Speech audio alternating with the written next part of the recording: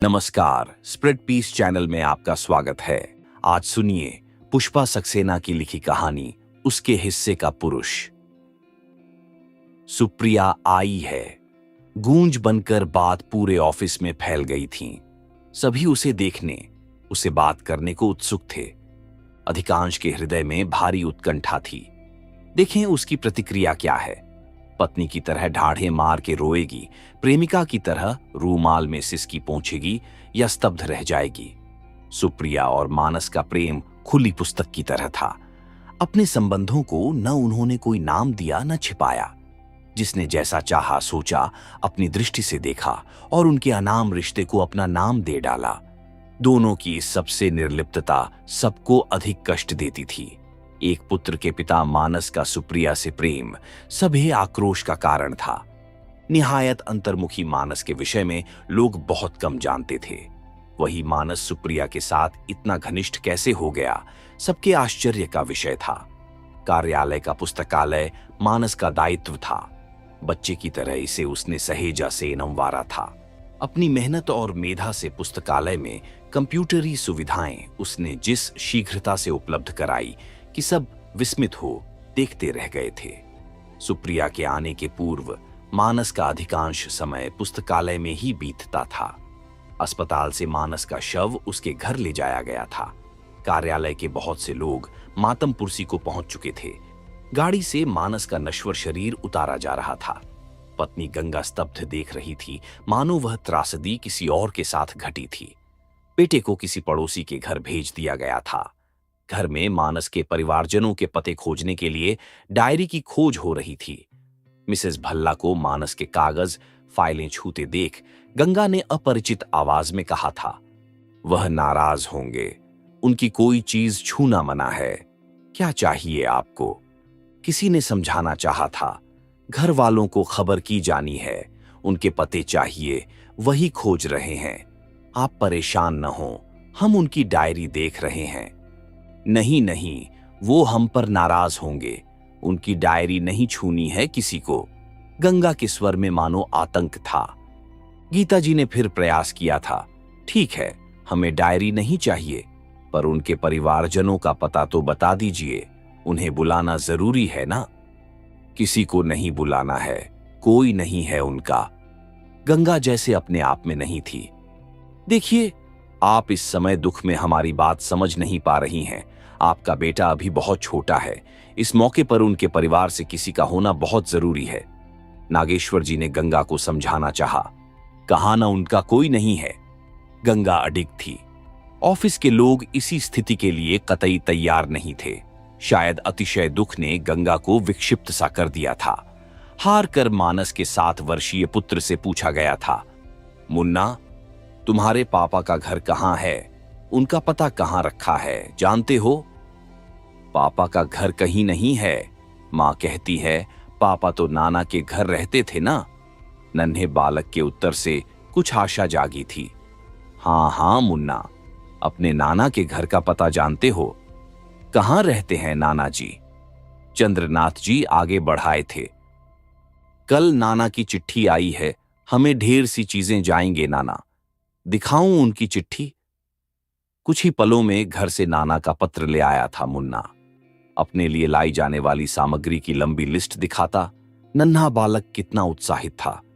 लिफाफे पर नाना का पता, गांव सब लिखा हुआ था। थोड़ी ही देर बाद मानस के श्वसुर को उसकी एक्सीडेंट में मृत्यु की सूचना का तार भेजा जा चुका था। उतनी दूर से अंतिम संस्कार के समय तक उनका पहुंच पाना कठिन था।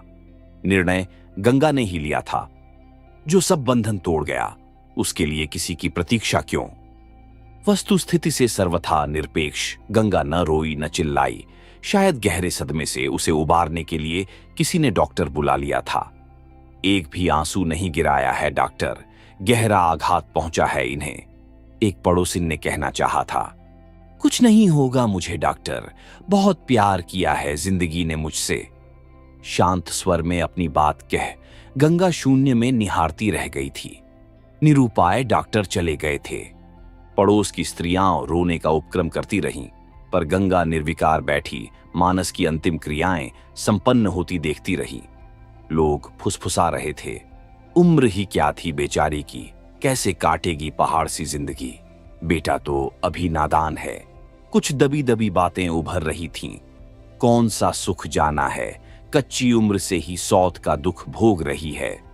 मानस का अंतिम संस्कार कौन करेगा, क्या नियम विधान है। अचानक मानस के जाति बंधु और कुछ परिचित वहां से खिसक लिए थे। जो व्यक्ति उन्हें बुलाने गया उसे अप्रत्याशित उत्तर मिला था, मानस जाति से बहिष्कृत है, हम उसके दाह संस्कार में सम्मिलित नहीं हो सकते। पर इस समय तो सारे भेदभाव भुलाकर आपको हमारी मदद करनी चाहिए। तुम हमारे आचार विचार नहीं जानते, इसलिए ऐसा कहते हो। हमें अपने बच्चों का भविष्य देखना है। हम बिरादरी से बाहर की बात नहीं करेंगे। हमें क्षमा करो भैया। हाथ जोड़ उन्होंने द्वार बंद कर लिए थे। अंततः ऑफिस के लोगों ने नन्हे बेटे का हाथ छुआ, मानस के शरीर को अग्नि को समर्पित कर दिया था। हाय रे, नन्ही सी जान को ये दिन भी देखना था। स्त्रियां संवेदना जता रही थीं, पर गंगा तो प्रस्तर प्रतिमा बन गई थी। 2 दिन बाद पहुंचे वृद्ध पिता को देख सब सहम गए थे। बुढ़ापा खराब हो गया बेचारे का। बेटी गंगा की ओर ताकते पिता के चेहरे की झुर्रियां और गहरी हो गई थीं। हे भगवान, क्या सोचा क्या हुआ। चिंता न करें, आपकी बेटी को ऑफिस में नौकरी मिल जाएगी। हम सब यहां हैं, हम आपकी बेटी की पूरी देखरेख करेंगे। लोग वृद्ध पिता को सांत्वना दे रहे थे। मानस के विभागाध्यक्ष ने हर प्रकार की सहायता का आश्वासन दिया था। मुंह नीचा किए वृद्ध सबकी सुनते रहे। कभी कभी अश्रुपूर्ण नयन अंगोछे से पोंछ नाती को देख रो उठते। नाना उसके लिए कोई सामान नहीं लाए थे। लंबी रेलगाड़ी की बात वह मित्रों को भी बता चुका था। नाना, हमें यहां अच्छा नहीं लगता, हम तुम्हारे साथ चलेंगे। ये लोग पापा को ले गए। नाना, हां बेटा, हम वापस चलेंगे। एक उसांस छोड़ वृद्ध नाना मौन हो गए थे। नेत्रों के समक्ष चलचित्र सदृश रीलें घूम रही थीं। गांव के विद्यालय के अध्यापक पंडित जी के आकस्मिक निधन पर बेसहारा मानस को 4 वर्ष की आयु से उन्होंने पाला था। सरस्वती का जितना ही अगाध भंडार पंडित जी के पास था, लक्ष्मी उतनी ही उनसे विमुख रहीं। आसपास के बच्चों को जोड़ बटोर के पंडित जी उन्हें पढ़ाते थे, वरना उस गांव में शिक्षा का उतना सम्मान कहां था। आज तो पंडित जी के पढ़ाए बच्चों में से कुछ उच्च अधिकारी भी बन चुके हैं। मानस को जन्म देते ही पंडितानी स्वर्ग सिधार गई थीं। उस दारिद्र्य में मानस पंडित जी का रत्न था। शांत, बंधी प्रदीप्त चेहरा, कंचन सा रंग सबका मन मोह लेता था। पंडित जी के अचानक निधन पर मानस के लालन पोषण की समस्या उठ खड़ी हुई थी। पंडित जी के दूर दराज के रिश्तेदारों में भी मानस का दायित्व उठाने वाला कोई नहीं था। उन्हीं की उंगली पकड़ मानस उनके घर आ गया था। कुछ एक जाति धर्म के ठेकेदारों ने नाक भौं सिकोड़ी, पर मानस का दायित्व लेने की पहल किसी ने नहीं की थी। उनकी स्नेह छाया में मानस बड़ा होता गया। बचपन से ही मानस सबसे अलग अंतर्मुखी प्रकृति का था। उसकी प्रखर बुद्धि और शालीन व्यवहार ने उन्हें मुग्ध किया था। एकमात्र पुत्री गंगा के लिए उससे उपयुक्त वर और कौन होगा। बाधा उनकी जाति थी। मानस उच्च कुलीन ब्राह्मण और वे स्वयं उसके पांव पूजने वाले यजमान। इस विराट विश्व में मानस नितांत अकेला था। अतः विवाह के समय जाति भेद को उठाने वाला कौन होगा। पर उनकी धारणा कितनी गलत सिद्ध हुई थी। सुपात्र मानस को अपनी कन्या देने वाले कई परिवार सामने आ गए थे। उनकी पुत्री गंगा से मानस के विवाह की बात का कड़ा विरोध किया गया था। सबकी चुनौतियों के विरोध में वह दहाड़ उठे थे। कहां गया था ये उच्च कुल का अभिमान, जब उसे पालने कोई आगे नहीं आया था। आज उस पर अधिकार जमाते लाज नहीं आती। उनकी दहाड़ पर लोग चुप भले ही हो गए, पर दंड मानस को भुगतना पड़ा था। ये बात बहुत दिनों बाद उन्हें झांत हो सकी थी। उच्च कुलीन परिवारों ने मानस को जाति से बहिष्कृत कर दिया था। देखने में अनिंद्य सुंदरी गंगा का पढ़ाई में मन कभी नहीं लगा था। किसी तरह 10वीं कक्षा उत्तीर्ण कर वह घर बैठ गई थी। मानस से जब उन्होंने गंगा के साथ उसके विवाह की बात की थी तो उसका मुख विवर्ण हो उठा था।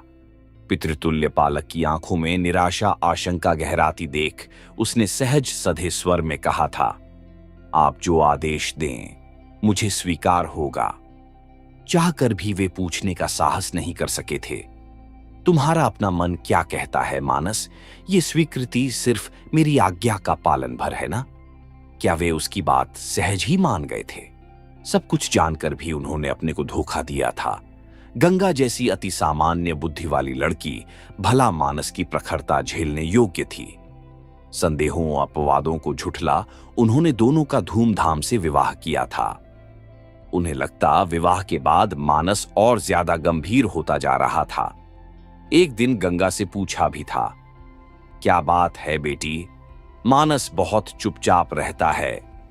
वह तो हमेशा से ऐसे ही हैं बाबूजी, आपको व्यर्थ भ्रम हो रहा है, कहती गंगा हे नंसदी थी। पता नहीं वह पगली लड़की मानस की बातें समझ भी पाती है। इसी कारण वे मानस के प्रति और अधिक उदार और स्नेही हो उठे थे। मानस के अकेलेपन का रहस्य भी उन पर ही खुला था। दिनेश के विवाह में तुम नहीं गए मानस? नहीं। क्यों? वह तो तुम्हारा घनिष्ठ मित्र है। जी। फिर? मैं आमंत्रित नहीं हूं बाबूजी। क्यों? उनके स्वर में विस्मय भर आया था। दिनेश के घर वालों को मेरी उपस्थिति प्रिय नहीं है। तभी उन्हें याद आया था दिनेश की भतीजी के विवाह का प्रस्ताव भी तो मानस के लिए आया था। इसके बाद धीमे धीमे उन्हें पता लगता गया, मानस के मित्र भले ही उसे सच्चे हृदय से स्वीकारें, उनके रूढ़िवादी परिवार उसे नीची दृष्टि से देखते हैं। उनका कुल उनकी तुलना में नीचा जो था। मानस की गंभीरता उन्हें व्यथित करती, पर वे निरुपाय थे। काश गंगा मानस की पूर्णता बन पाती। उनके कार्य का प्रतिशोध लोगों ने भी मानस से लिया था। उस रूढ़िवादी समाज में मानस को कितना अपमानित होना पड़ा होगा, इस पर उन्होंने कभी ध्यान ही नहीं दिया। बेहद उदार, निर्लोभी, भोले मानस की लालची के रूप में खिल्ली तक उड़ाई जाती थी। रुपयों के लालच में उसने गंगा से विवाह किया। प्रायः लोग व्यंग्य करते रहते। इन सब के ऊपर गंगा से उसे कौन सा मानसिक संतोष मिल पाता होगा? पिता की दुलारी, सिर छड़ी। गंगा को तो बस अच्छे वस्त्र, आभूषण और भोजन से ही मतलब रहता था। युवती गंगा का बचपना कभी कभी उन्हें तक विचलित कर जाता था। जब मानस एक पुत्र का पिता बना तो उसके शांत निर्विकार चेहरे को देख वृद्ध सोच में पड़ गए थे। उन आनंद के क्षणों में वैसी उदासीनता। क्या पुत्र के प्रति आने वाले दायित्व चिंतित कर रहे हैं मानस? वृद्ध ने विनोद करना चाहा था। आपके रहते कैसी चिंता बाबूजी। क्या नाम दोगे बेटे को? जो आपको रुचिकर हो। हाँ बाबूजी, इसको नाम तो आपको ही देना होगा। गंगा मचल उठी थी। मानस की आहत दृष्टि पहचान वृद्ध ने फिर कहा था, कोई नाम तो सोचा होगा मानस? मानस के उत्तर के पूर्व ही गंगा बोल पड़ी, ना, नाम आप ही दें बाबूजी। विवेकानंद कैसा रहेगा मानस? उतना लंबा नाम कैसे पुकारूंगी? विवेक ही काफी नहीं है बाबूजी। मानस के उत्तर की गंगा ने तनिक भी प्रतीक्षा कहां की थी। क्यों मानस? उनकी प्रश्नवाचक दृष्टि मानस पर निबद्ध थी। ठीक है, पुत्र के नाम के प्रति इतनी तटस्थता क्यों मानस? तुम्हारी इच्छा अनिच्छा इस विषय में महत्वपूर्ण है। मेरा सब कुछ तो आपका दिया है बाबूजी। मैं अकिंचन किसी को दे ही क्या सकता हूं, वो भी नाम जैसी चीज। कैसी बातें करते हो मानस? मेरा सब कुछ तुम्हारा ही तो है। जी। संक्षिप्त उत्तर के साथ शायद एक अवसादपूर्ण मुस्कान ओठों पर तिर आई थी। उस दिन भी वे उसकी बात का मर्म कहां समझ सके थे। तो विवेक ही तय रहा।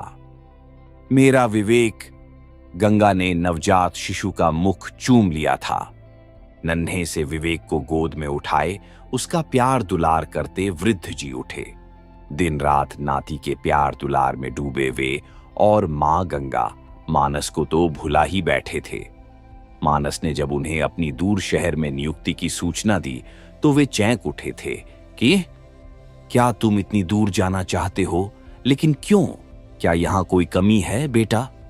जी, कमी की बात का तो प्रश्न ही नहीं उठता, पर संसार का अनुभव पाने के लिए घर के बाहर भी तो जाना चाहिए बाबूजी। भगवान का दिया सब कुछ तो है, जितना चाहो घूमो फिरो। पर तुम्हारी ये घर छोड़कर नौकरी वाली बात मेरी समझ में नहीं आती। मानस, घर तो आपके पास ही रहेगा। गंगा और विवेक को आपकी आज्ञा पर ही ले जाऊंगा। बाबूजी, मानस उनके भय को पहचानता था। आश्वस्त की श्वास ले उन्होंने नाती को सीने से लगा लिया था। ठीक है, अगर तुमने जाने का निर्णय ले ही लिया है तो प्रभु तुम्हारी रक्षा करें। गंगा को बताया है। गंगा को आप ही समझा लें। बाबूजी, आशीर्वाद दीजिए किसी योग्य बन सकूं।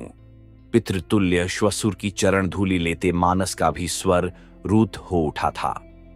मानस का जाना गंगा को अच्छा नहीं लगा था, पर पिता का लाड़ दुलार और सुख सुविधाएं एकाएक छोड़ पाना भी संभव नहीं था। मानस की सीमित आय में उन सुख सुविधाओं की कल्पना भी व्यर्थ थी। मानस को न जाने देने की चेष्टा में उसने मनुहार भी की थी, पर मानस ने अपना निर्णय दृढ़ स्वर में सुना दिया था। बहुत दिन बाबूजी पर बोझ बनकर रह लिया, अब अपना और अपने परिवार का दायित्व उठाना मेरा कर्तव्य है। गंगा, मेरा सब कुछ तुम्हारा है, पर इसी सीमित आय में काम चलाना होगा। बाबूजी से और अधिक ले पाना अब मेरे लिए संभव नहीं है।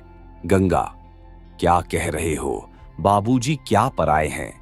हमारे सिवाय उनका और है ही कौन? गंगा के बड़े बड़े नयन अश्रुपूर्ण थे। उन्होंने जो दिया है उससे उरण हो पाना तो असंभव है, पर उनकी पुत्री का भरण पोषण करने योग्य बन सकूं, यह देख वह प्रसन्न ही होंगे। छिह, ऐसा कहकर तो तुम बाबूजी का अपमान कर रहे हो। तुम जितना वेतन घर लाओगे उतनी तो तुम्हें बाबूजी से पॉकेट मनी मिलती है। उनका सब कुछ हमारा ही तो है ना। हमेशा हमने बाबूजी से लिया ही तो है। गंगा, कभी मुझसे भी कुछ लेकर देखो, बहुत सुख पाओगी। मेरी सीमित आय पर तुम्हारा एकमात्र अधिकार होगा। मंदस्मित तैर आया था मानस के अधरों पर। तुम्हारी बातें मेरी समझ के बाहर हैं। यहां रहकर भी तो बाबूजी का हाथ बेनंटा सकते हो। क्या कष्ट है यहां जो बाहर भाग रहे हो? गंगा झुंझला उठी थी। बाबूजी वट वृक्ष हैं, उनकी छाया बहुत शीतल है, पर उसमें मैं पनप नहीं सकता। गंगा, काश तुम मेरी बात समझ पाती। हल्की सी सांस छोड़ी थी मानस ने। वृद्ध के माथे की लकीरें गहरी हो उठीं। सचमुच वह पगली कहां समझी थी मानस की बात। बेटी ही को क्यों अपराधी ठहराए? वे स्वयं भी क्या अपने मानस की थाह पा सके थे? आज मानस की डायरी उसके विभागाध्यक्ष दे गए हैं। उसकी अलमारी खोली गई थी। व्यक्तिगत पत्रों के साथ यह डायरी भी मिली थी। अच्छा होता डायरी उन्हें न दी जाती। डायरी हाथ में आने पर उसे न खोलना उन्हें असंभव लगा था। पहले पृष्ठ से अंत तक वे पढ़ते गए थे। घर से इतनी दूर आना एक अनुभव है।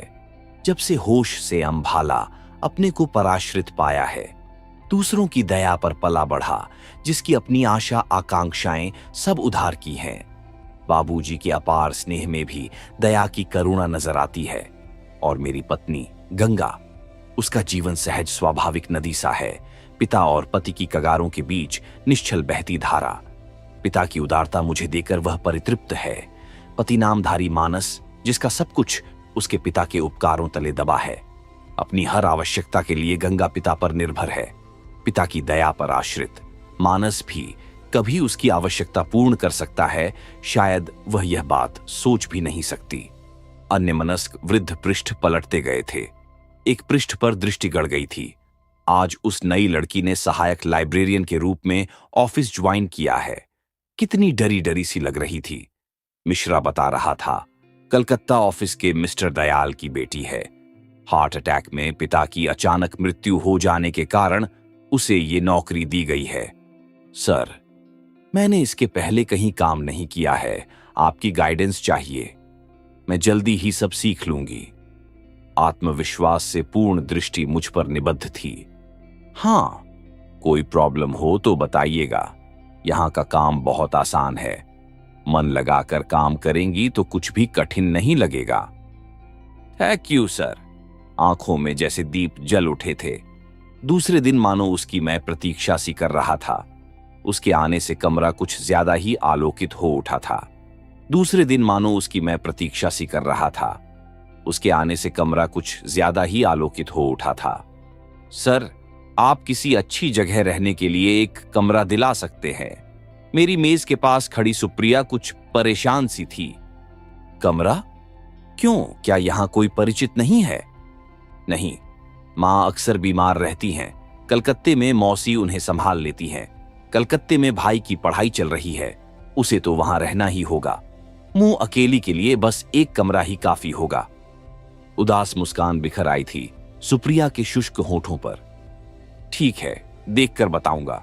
अभी कहां रह रही हैं? बर्किग वीमेंस हॉस्टल में। फिर वहां क्या कष्ट है? ऑफिस से हॉस्टल बहुत दूर पड़ता है ना सर। आने जाने में 2 घंटे व्यर्थ चले जाते हैं। पढ़ाई के लिए समय ही नहीं मिल पाता। क्या पढ़ रही हैं आप? हिंदी साहित्य में शोध कार्य कर रही हूं। विषय क्या रखा है? स्वातंत्र्योत्तर उपन्यासों में प्रेम तत्व। विषय बताते सुप्रिया का मुख शायद आरक्त हो उठा था। अच्छा हो, शोध कार्य के पूर्व पत्राचार पाठ्यक्रम की सहायता से लाइब्रेरी साइंस की परीक्षा पास कर लें। ये डिग्री आपको ज्यादा उपयोगी रहेगी। न जाने क्यों स्वर रुद्ध हो उठा था। जी, मैंने कभी नहीं सोचा था किसी कार्यालय में नौकरी करूंगी। मैं लेक्चरर बनना चाहती थी सर। सुप्रिया का स्वर उदास था। जो चाहा जाए, हमेशा वह पूरा तो नहीं होता मिस सुप्रिया। स्वर में तनिक आक्रोश झलक आया था। एक बात कहूं सर, आप कभी कभी बहुत आक्रोश में लगते हैं, जैसे किसी से नाराज हों। मैं अपने आप से नाराज हूं सुप्रिया जी, आप मेरी चिंता न करें। आप मुझसे इतने बड़े हैं सर, फिर मुझे आप कहकर क्यों संबोधित करते हैं सर?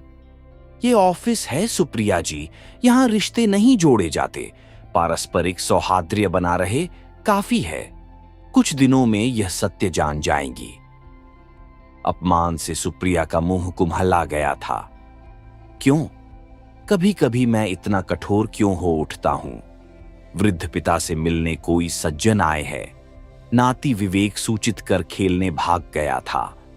सावधानी से डायरी बिस्तर के नीचे रख वे बाहर चले गए थे।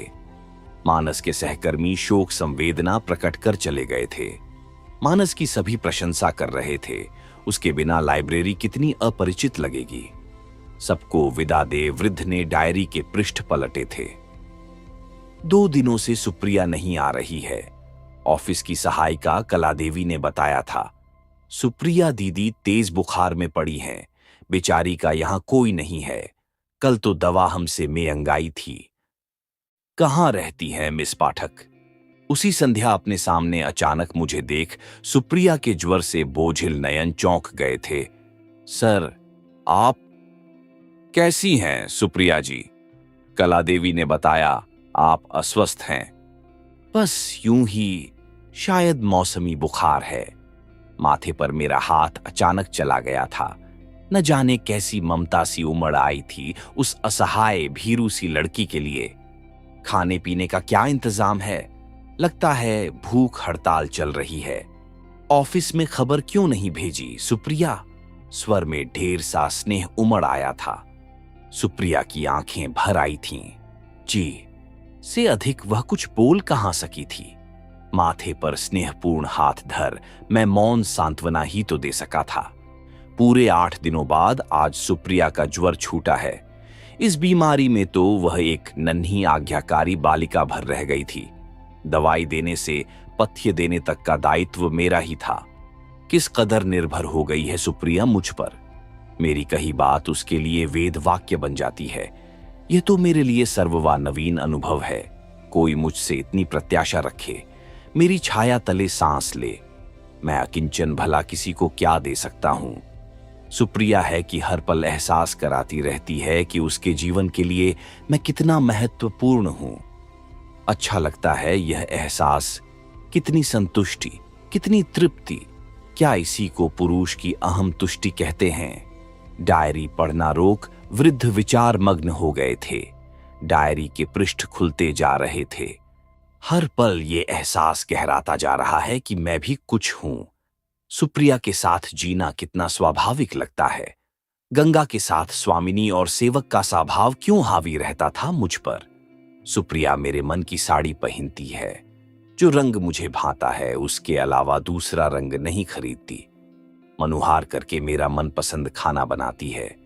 वहां तो भोजन भी बाबूजी के मन का खाना पड़ता था। अपने लिए इतना आयोजन एक अनजानी पुलक भर देता है। ये मुझे क्या होता जा रहा है? सुप्रिया के बिना शायद जीवन जी न सकूं, पर घसीटना तो पड़ेगा। गंगा और अपने पुत्र के प्रति अन्याय कर रहा हूं मैं। कितनी नासमझ है गंगा। अपने पति को किस विश्वास पर छोड़ निश्चिंत बैठी है। उसे यहां आने को कितनी बार लिख चुका हूं, पर वह यहां आना ही नहीं चाहती। मुझे बुला रही हैं, मैं वापस उसके पास चला जाऊं। वह समझती क्यों नहीं? पति को यूं अकेले छोड़ देना क्या गलत नहीं है? चश्मा उतार वृद्ध ने आंखें मूंद लीं। एक आध बार गंगा ने पति के पास जाने की दबे स्वर में इच्छा व्यक्त भी की थी, पर नाती के मोह ने उन्हें अंधा बना दिया था। विवेक के साथ उनका बचपन लौट आया था। नाती और पुत्री के साथ मानस को वह भुला ही बैठे थे। गंगा को भेजा भी तब जब सिर से पानी ऊपर आ गया था। कुछ उड़ती खबरों से वे एक क्षण को विचलित जरूर हुए थे, पर मानस पर विश्वास था। वह अन्याय कभी नहीं करेगा। अनदेखी लड़की पर बेहद क्रोध आया था उन्हें। कौन है ये सुप्रिया? मानस ने लिखा था। आज सुप्रिया ने स्पष्ट कह दिया, मैं उसकी मांग में सिंदूर भले ही न डालूं, उसने अपने को मेरी पत्नी स्वीकार किया है। ये कैसे धर्म संकट में डाल रही है सुप्रिया? गंगा को तुरंत आने का तार दे दिया है। कुछ खाली पृष्ठों के बाद लिखा था, गंगा के यहां पहुंचते ही पड़ोसियों ने अपना पड़ोसी धर्म निभा डाला है। 2 दिन तक रो चुकने के बाद बात बात में ताने देती है। बाबूजी ने भी कितने कठोर स्वर में कहा था, अच्छी दुश्मनी निभाई भैया, हमारे उपकार का यही फल देना था। मैंने पहचानने में गलती की। गंगा को समझा बुझाकर बाबूजी गांव लौट गए हैं। घर आने पर गंगा कोंच कोंच कर प्रश्न पूछती है। आसपास कौन है, क्या है का ध्यान भी नहीं रखती। घर का वातावरण कलहपूर्ण हो गया है। गलती न गंगा की है न मेरी। मेरी अहं को, मेरे पुरुष को मान तो सुप्रिया ने दिया है, वरना मैं तो सोया हुआ था। सुप्रिया 3 माह की ट्रेनिंग के लिए दिल्ली जा रही है। कैसे रह सकूंगा उसके बिना? गंगा ने कहीं भी मेरे साथ न जाने की कसम खा ली है। उसका वश चले तो विवेक को भी मेरे पास न आने दे। मेरी हर चीज तलाशती है। कल एक छोटे से पत्र के टुकड़े को लेकर किस कदर झगड़ा हुआ। मैंने कड़े निर्देश दिए हैं। मेरी अनुमति के बिना मेरी कोई चीज छूना सर्वथा निषिद्ध है। विवेक मेरे सामने सहमा सहमा रहता है। कैसे समझाऊं इस नादान को? मेरा सोया पुरुष सिर्फ सुप्रिया को पहचानता है। 1 सप्ताह को सुप्रिया आ रही है। कल शाम की ट्रेन से उसे रिसीव करना है। स्कूटर के ब्रेक ठीक नहीं लगते, उसे ठीक कराना होगा। आज दिन भर पानी बरसता रहा। अब स्कूटर की मरम्मत सुप्रिया के आने के बाद ही कराऊंगा। डायरी का यही अंतिम पृष्ठ मानस के जीवन का भी अंतिम पृष्ठ था। बरसात से भीगी सड़क पर स्कूटर स्किड कर सामने लगे बिजली के खंभे से जा टकराया था। मानस का सिर पूरे वेग से खंभे पर जा लगा था। पास के पान वाले ने गुहार मचा। जब तक उसे अस्पताल पहुंचाया, सुप्रिया को रिसीव करने वाले नयन बंद हो चुके थे। स्टेशन कहां पहुंच सका था मानस? कार्यालय में पहुंचते ही सुप्रिया को साथियों ने घेर लिया था। सुप्रिया विस्मित थी। कल स्टेशन पर लेने मानस क्यों नहीं पहुंचा? कहीं वह अस्वस्थ तो नहीं? मन नाना चिंताओं से घिरा हुआ था। जो सुना वह अप्रत्याशित उसे जड़ बना देने को पर्याप्त था। मानस की खाली कुर्सी को एक तक निहारती सुप्रिया ने धीमे से अपनी बिंदी पोंछ पास खड़ी लड़की से कहा था, मुझे उनके घर जाना है नमिता। पास खड़े सहकर्मियों के मध्य दबी उत्सुकता कुलबुला रही थी। कई शुभचिंतक उसे मानस के घर तक पहुंचाने आगे बढ़ आए थे, पर सुप्रिया ने दृढ़ स्वर में कहा, उनका घर मेरे लिए अपरिचित नहीं, अच्छी तरह रास्ता जानती हूं। आप लोग व्यर्थ अपना समय नष्ट न करें। खिसियाए चेहरों पर आक्रोश परिलक्षित था।